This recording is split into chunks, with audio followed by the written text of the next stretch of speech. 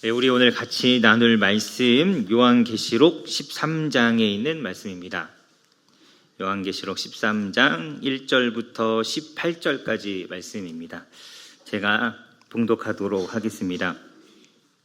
내가 보니 바다에서 한 짐승이 나오는데 뿔이 10이요 머리가 7이라 그 뿔에는 10 왕관이 있고 그 머리들에는 신성모독하는 이름들이 있더라. 내가 본 짐승은 표범과 비슷하고 그 발은 곰의 발 같고 그 입은 사자의 입 같은데 용이 자기의 능력과 보좌와 큰 권세를 그에게 주었더라. 그의 머리 하나가 상하여 죽게 된 것 같더니 그 죽게 되었던 상처가 나음에 온 땅이 놀랍게 여겨 짐승을 따르고 용이 짐승에게 권세를 주므로 용에게 경배하며 짐승에게 경배하여 이르되 누가 이 짐승과 같으냐 누가 등이 이와 더불어 싸우리요 하더라. 또 짐승이 과장되고 신성모독을 말하는 입을 받고 또 42달 동안 일할 권세를 받으니라. 짐승이 입을 벌려 하나님을 향하여 비방하되 그의 이름과 그의 장막과 곧 하늘에 사는 자들을 비방하더라. 또 권세를 받아 성도들과 싸워 이기게 되고 각 족속과 백성과 방언과 나라를 다스리는 권세를 받으니 죽임을 당한 어린 양의 생명책에 창세 이후로 이름이 기록되지 못하고 이 땅에 사는 자들은 다 그 짐승에게 경배하리라. 누구든지 귀가 있거든 들을지어다. 사로잡힐 자는 사로잡혀갈 것이요 칼에 죽을 자는 마땅히 칼에 죽을 것이니 성도들의 인내와 믿음이 여기 있느니라. 내가 보매 또 다른 짐승이 땅에서 올라오니 어린 양같이 두 뿔이 있고 용처럼 말을 하더라. 그가 먼저 나온 짐승의 모든 권세를 그 앞에서 행하고 땅과 땅에 사는 자들을 처음 짐승에게 경배하게 하니 곧 죽게 되었던 상처가 나은 자니라. 큰 이적을 행하되 심지어 사람들 앞에서 불이 하늘로부터 땅에 내려오게 하고 짐승 앞에서 받은 바 이적을 행함으로 땅에 거하는 자들을 미혹하며 땅에 거하는 자들에게 이르기를 칼에 상하였다가 살아난 짐승을 위하여 우상을 만들라 하더라. 그가 권세를 받아 그 짐승의 우상에게 생기를 주어 그 짐승의 우상으로 말하게 하고 또 짐승의 우상에게 경배하지 아니하는 자는 몇이든지 다 죽이게 하더라. 그가 모든 자, 곧 작은 자나 큰 자나 부자나 가난한 자나 자유인이나 종들에게 그 오른손에나 이마에 표를 받게 하고 누구든지 이 표를 가진 자 외에는 매매를 못하게 하니 이 표는 곧 짐승의 이름이나 그 이름의 수라. 지혜가 여기 있으니 총명한 자는 그 짐승의 수를 세어보라. 그것은 사람의 수니 그의 수는 666이니라. 아멘. 오늘은 요한계시록 13장 말씀 우리 같이 살펴보도록 하겠습니다. 우리 12장에서부터 14장까지 영적인 전쟁, 마귀가 일으킨 영적인 싸움에 대해서 말씀하고 있습니다. 12장에서는 여자가 낳은 아이를 이 용이 사탄이죠. 삼키려고 예수님이 태어났을 때 예수님을 죽이려고 했던 그 모든 시도들이 실패했고 또 하늘에 올라가서 천사 미가엘과 싸웠지만 그 싸움에서도 용이 패배했습니다. 그리고 땅에 내려와서 이 아이를 낳은 그 여자, 이제 초대 교회죠. 교회를 집어삼키려고 공격했지만 하나님께서 돌보셨죠. 독수리의 날개를 주셔서 하나님이 택하시고 예비하신 곳에서 안전할 수 있도록 그 교회를 지키셨습니다. 12장에서 사탄은 교회를 하나님을 대적했지만 실패했습니다. 13장에서도 두 가지 환상이 나오는데요. 이제 여자의 후손들을 이제 교회를 이제 공격하는 이 사탄의 영적인 싸움, 이 모습들이 나옵니다. 오늘 본문에는 두 가지 이제 환상이 보여지는데 바다에서 올라오는 한 짐승의 환상과 땅에서 올라오는 짐승의 환상입니다. 그래서 바다에서 올라오는 짐승은 이 힘과 권력을 가지고 교회를 핍박하는 세상 권력을 뜻하는 것이고 땅에서 올라온 짐승은 여러 가지 거짓된 이 가르침과 그런 어떤 그 가치관으로서 이 하나님의 백성들을 미혹하는 거짓 선지자나 혹은 세상을 뜻하는 것입니다. 그래서 우리가 이 두 가지 말씀, 이런 세상 속에서 우리가 어떻게 살아가야 하는가에 대해서 같이 한번 살펴보도록 하겠습니다. 먼저 1절부터 10절에서 바다에서 올라온 짐승에 대해서 말씀합니다. 우리 이 바다에서 올라온 짐승은 1절에 보면 뿔이 10이고 머리가 7이고 그 뿔에는 왕관들이 있습니다. 우리 12장 3절에 보면 이것은 용의 모습과 비슷한 모양인데 이 짐승이 용의 하수인, 용과 같은 용을 대리하는 사람이라는 것을 알 수 있고, 뿔이 있다라는 것, 그리고 그 뿔에 왕관이 있었다라는 건, 뿔은 성경에서 힘을 상징하는, 권력을 상징하는 것이기 때문에 왕과 같은 통치자의 그 강력한 힘과 권력을 가진 존재라는 것을 의미하죠. 그래서 그 당시에 세상을 지배하고 있었던 아마 로마를 상징적으로 이렇게 표현한 것입니다. 그래서 그 당시에는 로마였지만 그 이후의 모든 역사 속에서 세상을 지배하는 모든 강력한 힘과 통치자들, 이런 것들을 다 의미하는 것이죠. 2절에 보면 이 짐승은 표범과 비슷하고 발은 곰이고 입은 사자와 같다라고 합니다. 이 표범과 곰과 사자는 다니엘서 7장에 나오는 다니엘이 본 환상 속의 그 짐승인데, 그때는 4가지 짐승으로 등장을 했습니다. 그래서 그 4가지 짐승은 바벨론과 메데와 바사, 헬라 제국과 로마를 상징하는, 하나님의 택한 백성들을 압제하고 핍박하는 그 세상 권력을 의미하는 것이었는데, 2절에서는 그 짐승들이 하나의 짐승에 다 합쳐져 있죠. 그러니까 이제는 어떤 특정한 나라를 뜻하는 것이 아니라 하나님을 대적하는 모든 세상 권력을 이렇게 표현한 것입니다. 3절에 보면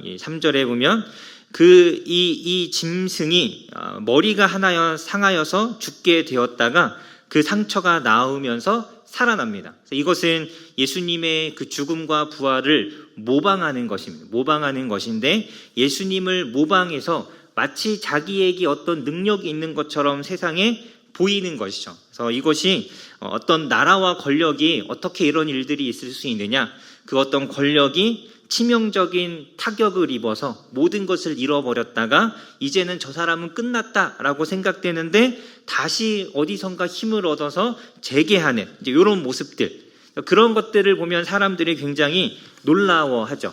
우리 영화 같은 데 보면 왕이 있었는데 어느 날 그 신하가 반란을 일으켜서 왕을 죽이고 왕자들도 다 죽이고 반란을 일으켰어요. 근데 어떤 왕자가 한 명이 간신히 살아서 도망쳤어요. 그래서 전국을 떠돌며 불황자 생활을 하다가 어느 순간 반란을 일으켰던 그 신하 앞에 짠하고 나타나서 그 신하를 죽이고 다시 그 왕위를 차지하면, 그럼 그 주위에 있던 군사들이 갑자기 다 막 무릎을 꿇고 막 이렇게 왕으로 이렇게 모시는 그런 장면들이 있잖아요. 그러니까 그런 어떤 그 극복할 수 없는 상황을 극복해 내어서 어떤 힘과 권력을 차지하는 것에 있어서 사람들은 그것을 굉장히 경이롭게 여기죠. 그러니까 그러한 모습들을 보여줌으로 인해서 사람들의 마음을 빼앗는 겁니다. 사람들의 마음을 미혹하는 것이죠. 그래서 그렇게 함으로 인해서 4절에 보면 이 사람들이 용과 짐승에게 경배하게 하죠. 그 세상 권력을 숭배하게 하고 저 사람은 정말 대단한 사람이야 이렇게 칭송하게 함으로써 그 짐승을 경배하게 했고, 사탄은 그렇게 짐승을 경배함으로써 우리 4절에 보면 용도 경배를 받는다라고 하죠. 자기 자신이 경배를 받는 것입니다. 그래서 원래 경배는 하나님이 받으셔야 하는 겁니다. 우리 4절 말씀에 보면 사람들이 경배하면서 말하기를 누가 이 짐승과 같으랴라고 이야기하는데, 누가 주와 같으랴라는 이 시편에 수없이 나오는 하나님을 찬양하는 경배하는 그 표현을 이 사람들이 하나님이 아닌 이 짐승에게 하고 있습니다. 그러니까 사탄은 이 짐승을 이용해서 하나님이 받으셔야 될 경배를 빼앗아서 자기가 세운 대리자와 그 대리자를 통해 자기가 받으려고 하는 것이죠. 그래서 사탄은 하나님께 드려져야 될 경배를 받기 위해서 이 짐승을 이용하는 것입니다. 그래서 이런 어떤 신비한, 사람들이 놀랄만한 일들을 보여줌으로 사람들의 마음을 빼앗고, 또 5절과 6절에 보면 말로써 하나님의 교회와 하나님을 비방합니다. 5절에 보니까 짐승이 과장되고 신성모독을 말하는 입을 받고 42달 동안 일할 권세를 받으니라. 또 6절에 입을 벌려 하나님을 향하여 비방하되, 하나님을 비방하고, 그 다음에 그의 이름과 그의 장막과 그 나라에 사는 자들, 교회와 하나님의 백성들을 비방하는 것이죠. 당시 이 로마의 황제들이 교회를 비방하고 그다음에 조롱하고 했던 이 모든 것들을 뜻하는 것이죠. 로마 시대의 로마만 그랬던 것이 아니라 세상 권력은 항상 이 교회와 대척점에 설 수밖에 없고, 또 이 세상의 많은 사람들이 항상 이 교회를 비난하고, 여전히 많은 사람들이 교회를 조롱하죠. 비난하고, 그리고 이렇게 비아냥거리는 많은 세상의 어떤 지식인들은 하나님이 없다고 부정하고, 세상의 철학은 하나님이 없다 하고, 세상의 과학도 하나님이 없다고 하고, 성경을 부정하고, 그러면서 철학이 하나님이 받아야 될 그 경배를 철학이 받고, 과학이 하나님을 대신하려고 하는 그런 세상을 저와 여러분이 살아갑니다. 그래서 세상은 이렇게 자신들이 가진 힘을 가지고 교회를 비방하고 하나님이 받아야 될 경배를 하나님이 아닌 다른 존재에게 돌리려고 하죠. 또 7절에 보면 이 짐승은 교회를 핍박합니다. 7절에 보니까 권세를 받아서 성도들과 싸워 이기게 되고, 그러니까 성도들을 이기는 것처럼 보인다라는 것이죠. 겉으로 보기에는 그리스도인들을 잡아서 감옥에 가두고 그 중에 몇몇은 자기들 마음대로 죽이기도 하고, 그래서 겉으로 보이는 교회의 모습은 형편없이 무너지고 사라지고 교회가 패배하고 짐승이 이기는 것처럼 보이지만 사실은 그렇지 않죠. 7절에 계속해서 보면 각 족속, 백성, 방언, 나라를 다스리는 권세를 받았다. 이것도 짐승이 하나님을 모방하는 것인데, 각 족속과 백성과 방언으로부터 하나님을 찬양하고 하나님의 권위와 권세가 확장되어져 가는데, 이 짐승이 자기가 그러는 것처럼 이렇게 모방하는 것입니다. 그래서 이 짐승을 통해서, 세상의 권력을 통해서 교회를 핍박하는 이런 모습들을 여기에서 이렇게 설명합니다. 그러면서 8절에 죽임을 당한 어린 양의 생명책에 창세 이후로 이름이 기록되지 못하고 이 땅에 사는 자들은 다 그 짐승에게 경배하니라. 마땅히 하나님께 경배를 돌려야 하는데, 창세 이후로 이름이 기록되지 못한, 생명책에 이름이 기록되지 못한 사람들, 구원받지 못한 사람들이죠. 그들은 세상의 권력이나 세상의 힘을 쫓아서 그것을 숭배하면서 살아간다라는 그러한 뜻입니다. 그리고 나서 이제 9절과 10절, 이제 저희 이게 중요한데요. 9절과 10절에 이 세상이 이렇게 마귀가 세상의 권력을 이용해서 교회를 이렇게 핍박한다라는 것을 이야기하고 난 이후에 이제 그 교회들에게 주는 권면이 이것이죠. 9절에 보면 누구든지 귀가 있거든 들을지어다. 이 하나님의 이 말씀, 지금부터 하는 이야기를 잘 들으라는 것입니다. 무엇을 말씀하시느냐? 10절에 보니까 사로잡힐 자는 사로잡혀 갈 것이고 칼에 죽을 자는 마땅히 칼에 죽을 것이니 성도들의 인내와 믿음이 여기 있느니라.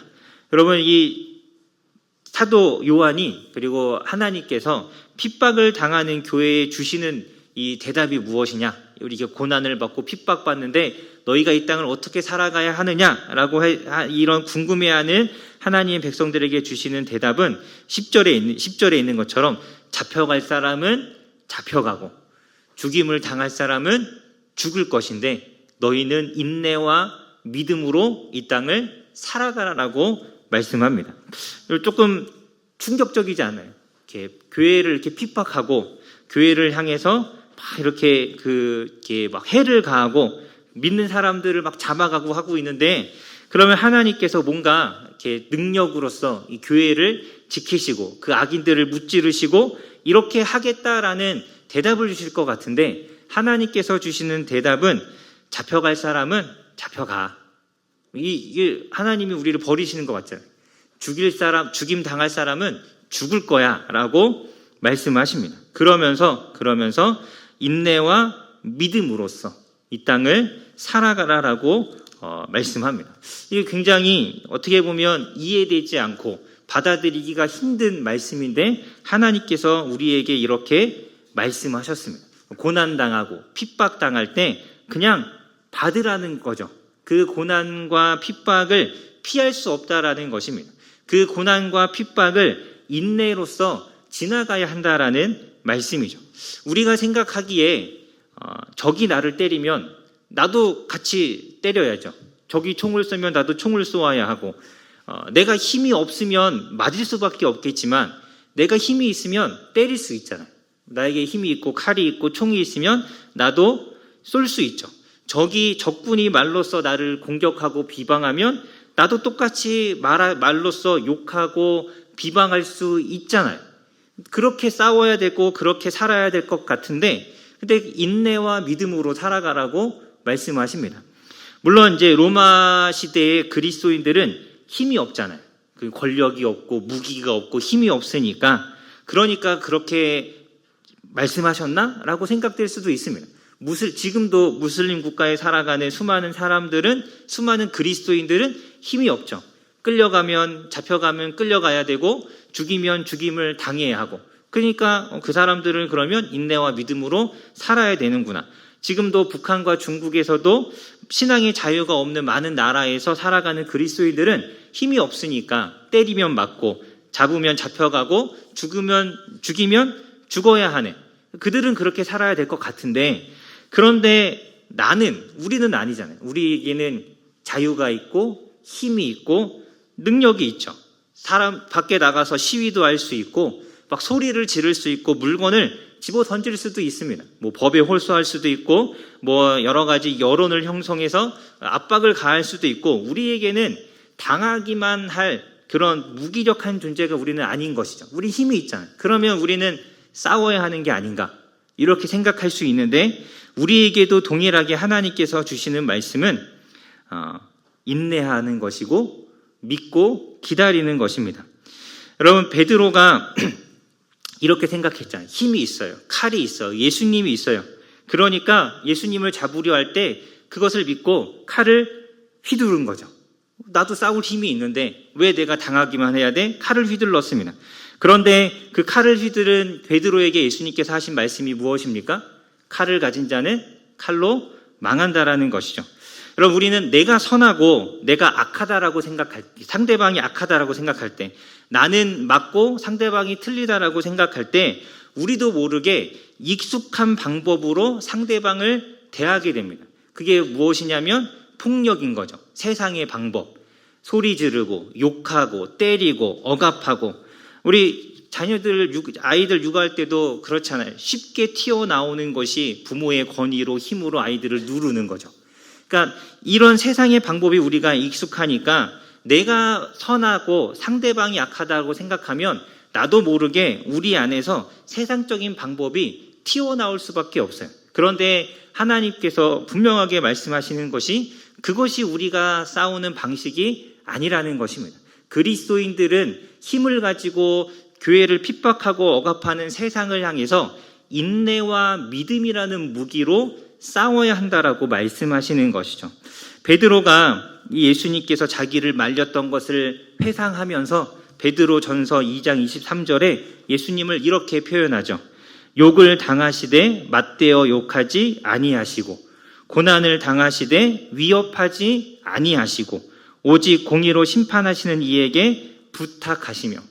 예수님이 말씀하셨잖아요. 내가 12군단이나 되는 천사들을 불러서 싸울 수 없는 줄 아느냐라고 말씀하셨죠. 예수님에겐 능력이 있었고 힘이 있었고 권력이 있었습니다. 그런데 예수님은 그렇게 싸우지 않으셨어요. 그게 하나님의 방법이 아니기 때문이죠. 여러분, 세상이 교회를 핍박할 때 혹은 내가 직장 생활을 하고 사회 생활을 하면서 어떤 이 믿음의 문제 때문에 세상 속에서 불이익을 당하고 고난을 당할 때, 우리는 그들과 똑같은 방식으로 똑같이 맞서 싸우지 않아야 합니다. 그리스도인들이 가져야 할 자세와 태도와 싸움의 방법은 인내하는 것이고 믿는 것입니다. 여러분, 이제 오해하시면 안 되는 게 내가 정당하게 행할 수 있는 권리를 하지 말라는 것이냐, 나라가, 국가가 혹은 회사가 믿음 때문에 나에게 불이익을 주면 우리는 여러 가지 제도들이 있잖아요. 법에 호소해서 내가 당한 부당한 것에 대한 보상을 받을 수도 있고, 그런 것을 하지 말라는 것이냐? 그게 아닙니다. 그게 아니라 똑같이 욕하고 똑같이 힘으로 누르려고 하는 그런 세상적인 방법을 사용하지 말라는 것이죠. 우리가 가진 정당한 권리를 사용하시되 잘 해야 하는 것입니다. 여러분, 이 정치적인 문제로 굉장히 극심한 갈등 속에 있는데 교회마다 또 다 생각이 달라요. 다 서로 믿음을 가졌다라고 하는데 누가 맞고 누가 틀리다 막 서로 싸우죠. 같은 교회끼리도 싸웁니다. 여러분, 이런 정치적인 문제로 갈등을 할 때 자기의 어떤 개인적인 정치적인 견해를 갖는 것은 뭐 지극히 개인적인 거니까 자신이 판단하기에 뭐 어떤 편이 하나님 보시기에 더 합당하다, 그건 개인적인 판단이니까 할 수 있습니다. 우리가 교회가 공적으로 비난해야 될 것들이 있으면 또 할 수도 있겠죠. 그런데 세상 사람들과 똑같이 어떤 특정한 정치인을 향해서 막 죽여야 한다, 죽어야 한다 라고 이렇게 말하는 건 이건 절대로 하나님의 방법이 아닌 것이죠. 인내와 믿음으로써 싸울 수 있는데 싸우지 않으셨고 욕할 수 있는데 욕하지 않으셨던 예수님인데 왜 그 예수님을 믿는다라고 하면서 그 예수님의 뜻이 여기에 있다라고 하면서 왜 욕하고 왜 비방하고 왜 죽여야 한다라고 말을 하는 것인가요? 이게 십자가에서 자기를 못 박은 사람들을 향해서 저들을 사하여 주옵소서라고 기도했던 그 예수님의 그 사랑의 모습인 것인가요? 절대로 그것은 우리가 가져야 될 방식이 아닙니다. 모양이 아닌 거죠. 싸움의 방식이 잘못된 것입니다. 사도 바울은 이 로마의 핍박과 그 압제 속에서 사람들에게 말하기를 하나님과 함께 예수님과 함께 영광을 받기 위해서 고난도 받아야 한다라고 분명하게 이야기하죠. 세상에서 부당하게 억울하게 어떤 힘든 일을 당한다. 그것은 우리가 그리스도인으로서 피해갈 수 없는 일입니다.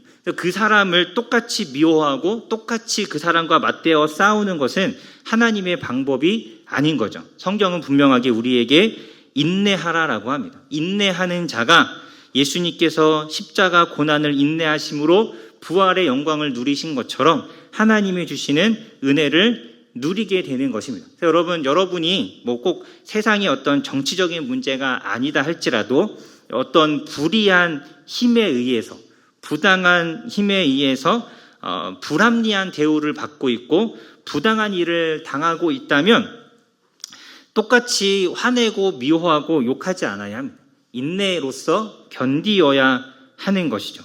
믿음 때문에 내가 믿음을 지키기 위해서 손해를 보아야 한다면, 해를 당해야 한다면 너무 괴롭고 분하겠지만 그래도 인내해야 하는 것입니다. 마주 싸우는 것, 같이 욕하는 것, 그렇게 하지 않아야 하는 것이죠. 너무 바보 같죠? 세상 사람들이 보기에도 바보 같고 세상적인 가치관을 가지고 살아가는 우리의 눈에도 바보 같은 모습입니다. 그런데 여러분, 이 바보 같은 방법으로 예수님께서 우리를 구원하신 거예요. 그 바보 같은 방법을 사용하셨기 때문에 우리가 구원을 받을 수 있었고, 그 바보 같은 방법 때문에 예수님 옆에 있었던 또 다른 강도도 구원을 받은 것이고, 그 바보 같은 방법 때문에 예수님을 십자가에 못 박았던 백부장이 예수님을 하나님의 아들로 고백할 수 있었던 것이죠. 여러분, 우리는 어떠한 방식으로 싸우느냐가 너무나 중요합니다. 내가 선하고 상대방이 약하다고 해서 어떠한 방법을 다 사용해도 되는 것은 결코 아닌 것이죠. 여러분, 세상과 싸우는 우리의 방법은 인내하는 것입니다. 인내한다고 해서 그냥 버티고 참고 그냥 굉장히 수동적인 것으로 생각하지 않아야. 여러분, 불합리한 일을 당하는데 그것을 견디고 인내하는 건 굉장히 많은 에너지가 들어가는 일이죠. 굉장히 적극적인 것입니다. 여러분, 우리 초대교회 성도들은 이 로마의 핍박과 압박, 압제 속에서도 사람들이, 자기 가족이, 동료들이, 같은 교회의 성도가 잡혀가고 죽임을 당하는 상황 속에서도 그들은 기뻐했어요. 감사했고 하나님을 찬양했습니다. 이게 인내의 모습이잖아요. 내가 억울한 일을 당했다고 교회에 와서 엎드려서 울기만 있는 것이 아니라 내가 믿음 때문에 우리가 당하는 고난이라면 그것을 기뻐할 수 있는 것이, 그것이 참된 인내인 것입니다. 여러분, 여기 인내에 믿음이 더해지면 더 놀라운 역사가 일어나죠.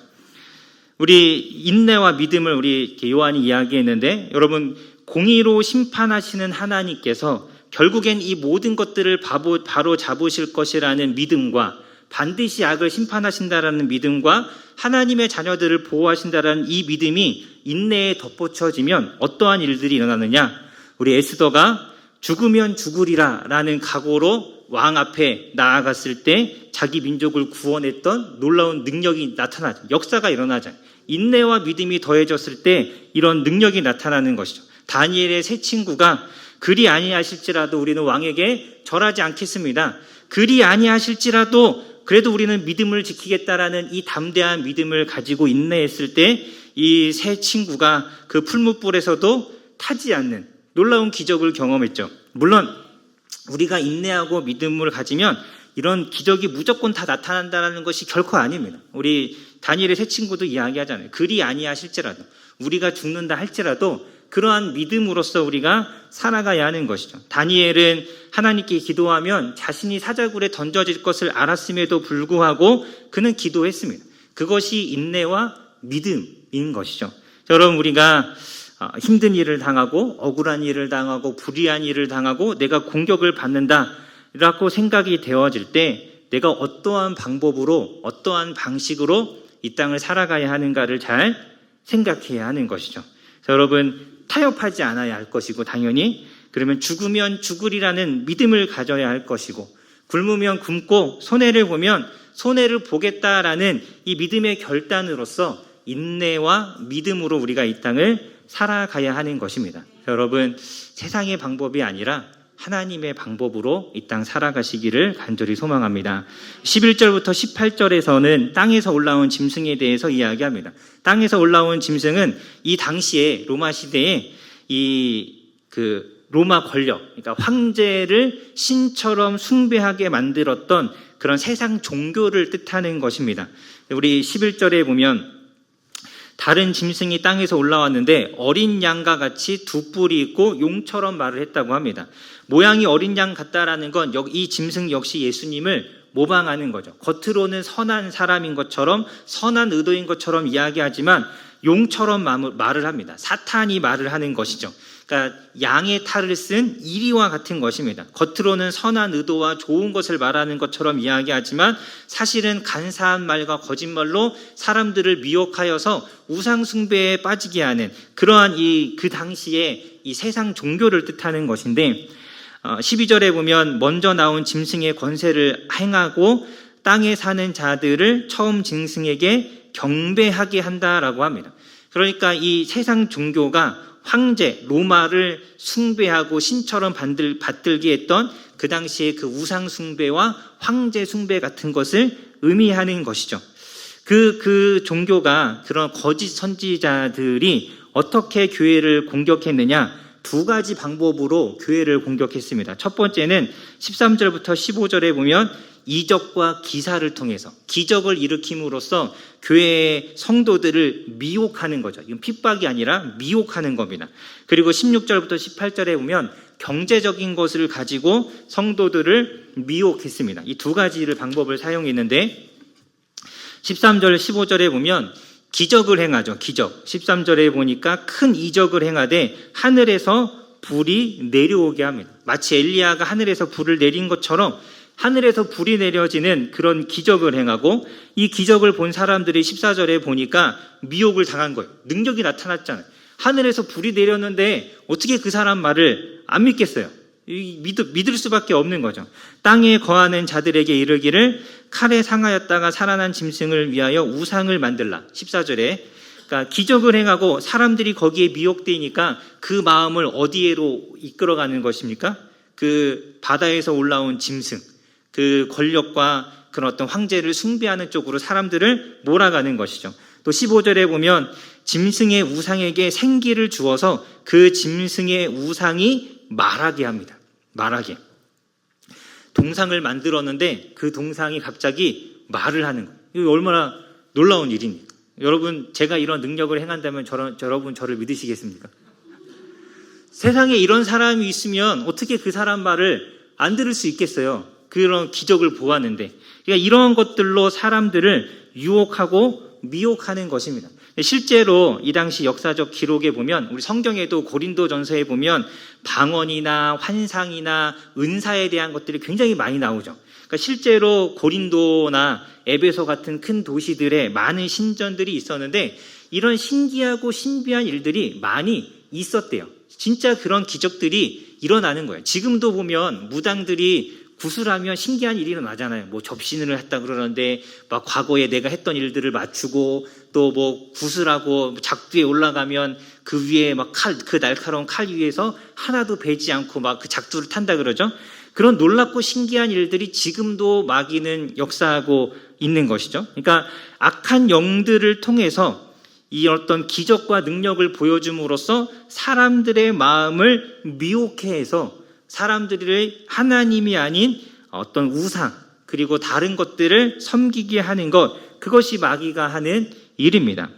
악한 영들도 능력을 행할 수 있다는 걸 우리가 반드시 기억해야 합니다. 여러분, 기적이 일어난다고 다 하나님이 하시는 것은 아니라는 것을 우리가 생각해야 하는 것이죠. 그래서 우리 신명기 13장에 하나님께서 신명기 13장에 이럴 것을 아시고 다 말씀하셨어요. 신명기 13장에 보면 너희 중에 선지자나 꿈꾸는 자가 일어나서 이적과 기사를 보이고 내게 말한 그 이적과 기사가 이루어지고 너희가 알지 못하던 신들을 따라 섬기자라고 한다면 너희는 그들의 말을 듣지 말고 하나님만 섬겨라라고 분명하게 말씀하셨습니다. 여러분, 그러니까 능력, 이적, 신비한 일 이런 것을 따라가지 않아야 하는 거죠. 어떻게 하나님을 그러면 우리가 어떻게 따라갑니까? 하나님의 말씀으로서 따라가는 것입니다. 신명기 13장에 기적과 이사를 따라가지 말고 미혹되지 말라라고 말씀하시기 전에 신명기 6장에서 하나님께서 주신 말씀이 무엇이에요? 내가 너희에게 주는 말씀을 너희 이마와 너희의 손목에 메어서 너희의 기호로 삼고 너희의 마음에 새겨서 그 말씀을 따라 하나님만 섬기라라고 말씀하셨죠. 그러니까 우리가 신앙생활하고 하나님을 어떻게 따라가고 하나님을 어떻게 섬기느냐, 우리에게는 말씀이 있습니다. 말씀이 기준이 되어서 이 말씀을 통해서 이것이 하나님의 역사인지 아닌지를 분별하고 하나님을 말씀을 통해서 섬겨야 하는 것이죠. 그것이 신명기에서 하나님께서 우리에게 주신 말씀입니다. 초대교회 시대에 많은 이방 종교가 우상을 섬기는 신전에서 기적이 행해지고 능력이 나타난다 할지라도 그리스도인들은 오직 하나님께서, 예수님께서 주신 말씀을 따라서 살아가야 하는 것입니다. 여러분, 우리 여기서 우리 14절 말씀을 잘 보면 이렇게 되어 있어요. 이적을 행함으로 땅에 거하는 자들을 미혹하였다라고 합니다. 땅에 거하는 자들. 여러분, 땅에 거하는 자들은 하나님을 믿지 않는 자들을 뜻하는 것입니다. 우리는 시민권이 하늘에 있잖아요. 우리는 하늘에 속한 사람들이죠. 거짓 선지자들이 행하는 기적에 미혹되어서 그것에 흔들리고 그것을 따라가는 사람들은 하나님께 속한 사람들이 아니라는 뜻입니다. 여러분, 하나님의 자녀들에게는 하나님의 영이 있죠. 성령이 거하시고 그들에게는 하나님의 말씀이 있어서 이러한 것들을 분별하고 미혹되지 않게 되어 있습니다. 우리 데살로니가 후서 2장 9절과 10절에 보면 이런 말씀이 있어요. 데살로니가 후서 2장 9절 10절에 악한 자의 나타남은 사탄의 활동을 따라 모든 능력과 표적과 거짓 기적과 불의의 모든 속임으로 멸망하는 자들에게 있으리니, 결국은 하나님을 알지 못하는 사람들이 여기에 미혹되어서 따라가는 것이죠. 그러면서 데살로니가후서 2장 10절에 계속해서 보면 이는 그들이 진리의 사랑을 받지 아니하여 구원함을 받지 못함이라. 구원받지 못한 사람들, 성령이 거하시지 않아서 말씀이 없어서 분별력을 갖지 못한 사람들이 넘어지는 것입니다. 그러니까 하나님의 예수 그리스도를 나의 구주로 영접함으로 성령이 거하시고 말씀을 날마다 가까이 함으로 하나님의 뜻을 알아가는 사람들에게는 영적인 분별력이 있잖아요. 성령이 깨닫게 하시는 깨달음이 있습니다. 그것을 통해서 우리가 이 땅을 살아가는 것이지 눈에 보이는 어떤 기적이나 신비한 것이나 어떤 특별한 것을 통해서 하나님을 섬기는 것이 결코 아닌 것입니다. 그래서 우리 예수님께서 말씀하시잖아요. 예배하는 자도 신령과 진정으로서 하나님의 성령과 말씀으로써 우리가 하나님을 예배하는 것이고 하나님의 은혜를 경험하는 것입니다. 그러면서 사도 바울이 이 교회 초대교회 성도들에게 편지할 때 뭐라고 편지했습니까? 로마서 12장에 보면 하나님의 선하시고 기뻐하시고 온전하신 뜻이 무엇인지 분별하도록 하라. 말씀을 통해서 하나님의 뜻이 무엇인지를 분별하라라고 명령하셨잖아요. 우리가 분별해서 하나님을 따라가야 하는 것입니다. 빌립보서 1장에서도 지극히 선한 것을 분별하라라고 사도 바울이 또 이야기했습니다. 히브리서에서는 믿음의 장성한 자가 되어서 지각을 사용해서 내가 가진 하나님의 말씀에 대한 지식과 지혜를 사용해서 연단을 받아서 선악을 분별하는 자가 되라라고 말씀하셨죠. 그러니까 여러분, 우리는 내 안에 계시는 그 성령의 역사를 의지하면서 기도하면서 말씀을 읽고 이 말씀을 공부하고 깨달음으로써 하나님을 섬기는 것이 무엇인가를 분명하게 알아가야 하는 것입니다. 세상에 미혹되지 않도록, 그것이 세상의 권력을 향한 칭송이든 그것이 어떤 종교적인 것이든 어떤 거짓된 가르침이든 뭔가 능력이 나타나는 것이든 막 그런 것에, 눈에 보이는 것에 현혹되지 말고 말씀과 기도로서 이 땅을 살아가야 하는 것입니다. 그렇기 때문에 여러분, 말씀을 부지런히 공부해야죠. 알아가야 합니다. 묵상해야 하고, 성경은 하나님의 감동으로 되어서 교훈과 책망과 바르게 함과 의로 교육하기에 유익하다라고 말씀하셨잖아요. 이는 하나님의 사람으로 온전하게 하며 모든 선한 일을 행할 능력을 갖추게 하려 함이라고 말씀하셨잖아요. 말씀이 능력이 되고 말씀이 길이 되고 말씀이 빛이 되는 것인데, 그 말씀을 읽고 묵상하고 공부도 하고 무슨 뜻인가 알아가고, 이러한 말씀을 알아가고자 하는 우리의 이 노력이 필요합니다. 내가 글을 읽는 것이 힘들고 성경을 읽는 것이 너무 어려워도 읽어야죠. 쉬운 성경도 있고 우리말 성경도 있고 영어 성경도 있고 읽어야죠. 읽기 시작하고, 읽으면서 이해가 안 되면 찾아보고, 책도 읽어보고, 그러니까 목사님 저한테 물어볼 수도 있고, 어떻게든 말씀을 알아가려는 시도와 노력들이 있어야 하고, 하나님께서 주신 66권의 이 말씀들, 창세기부터 요한계시록까지 이 66권의 이 말씀들이 다 하나님이 주신 말씀이잖아요. 어느 것 하나 헛된 것이 없고 소중하지 않은 것이 없습니다. 그 말씀을 내 마음에 새겨서 뼛속 깊숙이 이렇게 집어넣어서 정말 이 말씀대로 내가 살아가는 사람이 되도록 힘써야 합니다. 그것이 이 땅을 미혹하는 세상 속에서 우리가 가져야 될 삶의 모습이죠. 또 16절부터 18절까지는 경제적인 압박과 미혹으로서 사람들을 유혹하는 것입니다. 돈으로서 더 잘 살고 더 잘 먹고, 이것뿐만 아니라 그냥 먹고 사는 문제 때문만이라도 하나님을 섬기기보다는 세상적으로 살아가기를 유혹하는 것입니다. 16절에 보면 모든 자, 그는 이제 짐승이죠. 땅에서 올라온 짐승이 모든 자에게 오른손과 이마에 표를 받게 합니다. 그 표를 받게 한다는 것, 이것도 이 하나님을 모방하는 건데, 요한계시록 7장에 보면 하나님께서 하나님의 백성들의 이마에 인을 치셨잖아요. 그때 저희가 인 치는 것에 대해서 이야기하면서 이 소유권, 그 하나님의 돌보심을 뜻하는 것이라고 말씀을 드렸었죠. 그러니까 하나님이 하나님의 백성에게 인을 치듯이 마귀도, 사탄도 자기를 따르는 자들에게 표시를 하는 거예요. 표시를. 똑같이 하나님을 모방하고 따라하는 것인데, 17절에 보면 이 표시를 함으로 인해서 무엇을 하느냐? 이 표가 없는 사람은 매매를 못하게 한다라고 하죠. 경제적인 활동에 제재를 가하는 것입니다. 마귀와 하나님을, 그러니까 사탄과 세상의 어떤 그 마귀가 세운 그 짐승을 따르지 않고 추종하지 않은 사람들이 경제적인 큰 불이익을 당하게 하는 것인데, 이 당시에 로마 사회의 모든 사회적 경제적 활동은 황제 숭배에서부터 시작이 되었습니다.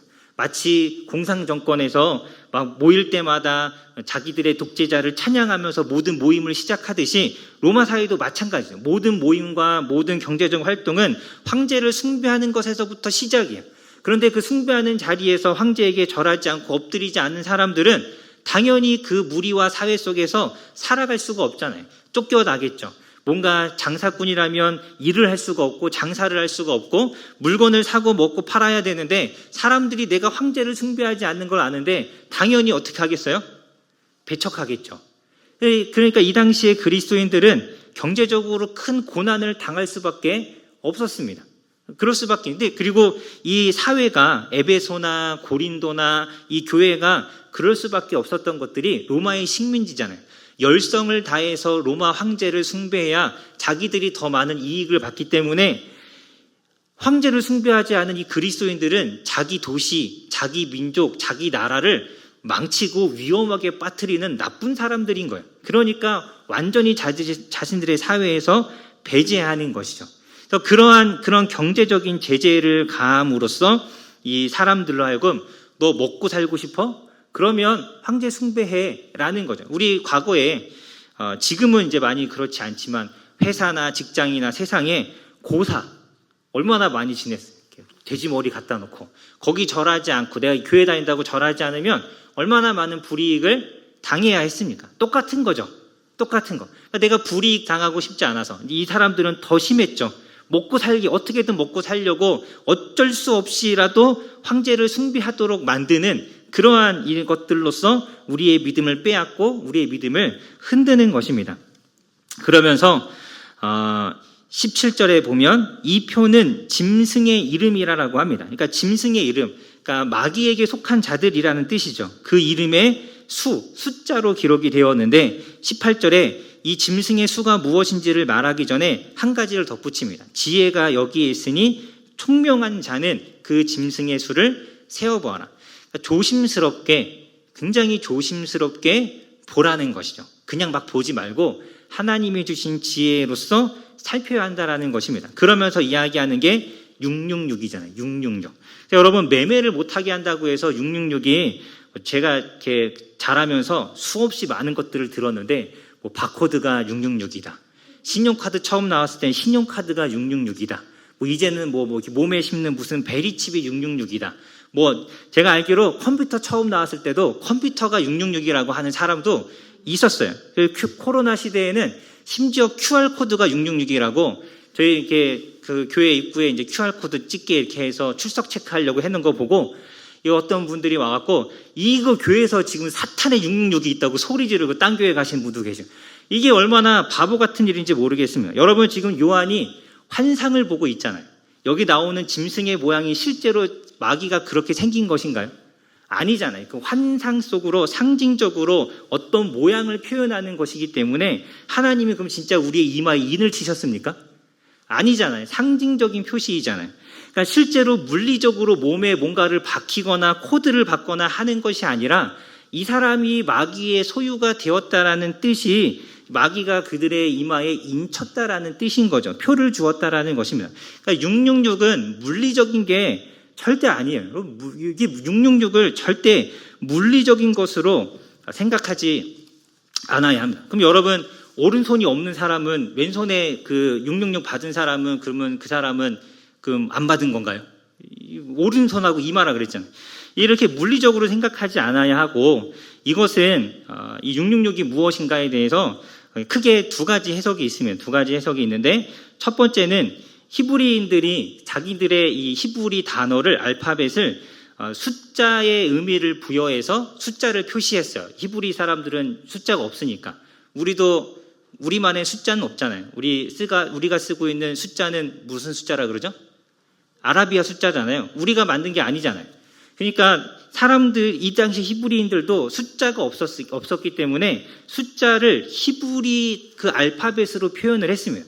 그래서 이 당시에 네로 황제를 히브리어로 음력을 해서 네로 황제라는 단어를 히브리어로 음력을 해서 그 단어마다 가지는 숫자를 더 이렇게 나열을 하고 그걸 합치면 666이 나온대요. 그래서 이 당시에 로마 황제를 뜻하는 것이다 라고 해석합니다. 그런데 네로 황제뿐만 아니라 그 뒤에 나오는 로마 황제들의 이름이 3명인가 빼고는 다 666이 나온대요. 그러니까 이제 이게 실제로 로마 황제를 뜻하는 것일 수도 있고 사실은 아닐 수도 있는 겁니다. 어떤 사람은 히틀러도 히브리어로 음력해서 숫자를 더하면 666 나온다고 하시는 사람들도 있는데 약간 뭐 이렇게 그렇게 실제로 히브리인들이 그렇게 사용한 건 맞지만 진짜 그런 의미로 사용했는지는 정확하진 않습니다. 그럴 수도 있고 아닐 수도 있고 두 번째로 이 666을 우리는 상징으로 해석하죠. 하나님의 수, 완전수가 7이잖아요. 6은 그 하나님의 그 7에 미치지 못하는 불완전한 수입니다. 그 불완전한 수가 6이 3번이나 반복돼요. 불완전하고 불완전하죠. 완전히 불완전한 존재. 그러니까 이 7이라는 하나님의 수에 미치지 못하는 하나님을 도저히 따라갈 수 없는 존재라는 의미로서 666이 사용이 되는 것입니다. 그래서 18절에 보면 이것은 사람의 수라고 하죠. 사람의 수. 그러니까 어떤 신적인 것이 아니라 그냥 그 존재도 하나님이 만드신 피조물에 지나지 않는다라는 것입니다. 그래서 여러분, 우리가 666은 그냥 사탄이 그런 어떤 세상에 미혹되어서 그런 하나님을 섬기지 않고 어떤 돈 때문에 타협하고 기적 때문에 하나님을 떠나는 사람들이 결국에는 마귀에게 속한 사람들이라는 것을 그냥 표시해주는, 이야기하는 상징적인 숫자인 것이죠. 여러분, 이 말씀에서 우리가 생각해야 할 것이 무엇입니까? 우리 사탄은 지금도 경제력, 돈을 가지고 그리스도인들을 유혹합니다. 어떤 사람들은 그러더라고요. 전쟁이 일어나는 가장 중요한 이유도 돈이라고. 돈 때문에 하는 것이라는 거죠. 세상을 움직이는 대부분의 중요한 이유는 돈이잖아요. 여러분이 무엇인가를 결정하고 선택할 때 여러분 가장 중요한 역할을 하는 것도 돈 아닌가요? 돈에 따라 사람들이 움직이죠. 돈 되면 하고 돈 되지 않으면 안 하고. 여러분, 이 돈의 가치가, 그 돈이 우리의 삶의 기준이 되지 않아야 합니다. 그것이 기준이 되는 순간 우리도 돈의 유혹에 넘어져서 돈을 따라 살아가는 사람들입니다. 그리스도인인데 돈을 더 벌고 싶어서, 혹은 장사가 또 가게하고 장사를 하는데 이 주일날 장사를 안 하면 이 수지가 안 맞아서 주일을 포기하고 장사하는 것. 어떻게 보면 이것도 물론 이게 그 믿음을 다 판단할 수는 없겠지만 어떻게 보면 돈 때문에 타협하는 거잖아요. 그러니까 그런 것들에 흔들리지 않고 자기의 믿음을 지키는 이 신앙을 우리가 가져야 하는 것이죠. 돈 때문에 흔들리지 않아야 합니다. 그래서 돈이 우상이 되지 않아야 돼. 이게 기준이 되어서 이것 때문에 움직이고 안 움직이고 이런 돈 때문에 즐거워하고 기뻐하고 그러지 않아야 합니다. 돈 때문에 내 감정이 왔다 가고 돈 때문에 막 기쁨이 있었다가 사라지고 이러지 않아야 합니다. 돈을 잃어버리면 그냥 잃어버려. 너무 이제 아쉽겠죠. 얼마나 아쉬워요. 그렇지만 그냥 없어졌구나. 이따가도 없어지는 것이구나. 이런 마음을 가지고 살아가야 합니다. 여러분, 우리의 기쁨은 하나님께 있는 것이고 우리의 평안도 하나님께 있는 것이고 우리의 소망도 돈에 있는 것이 아니라 하나님께 있는 거잖아요. 왜 돈 때문에 울고 웃고 해야 합니까? 그러지 않아야 합니다. 말씀과 기도로서 우리는 하나님 앞에서 울고 웃어야 하는 것이죠. 돈을 사랑하는 것이 일만하게 뿌리가 된다라고 분명하게 말씀하셨습니다. 여러분, 돈에 휘둘리지 않으셔야 합니다. 그리고 하나님의 돌보심을 믿어야죠. 들의 피는 내일 아궁이에 던져지는 그 들풀도 하나님께서 이렇게 입히신다라고 하면서 하물며 너희일까 보냐라고 말씀하셨잖아요. 무엇을 입을까 무엇을 마실까 염려하지 말라라고 말씀하셨습니다. 먼저 그의 나라와 그의 일을 구하면 이 모든 것을 너희에게 더하실 것이라고 말씀하셨죠.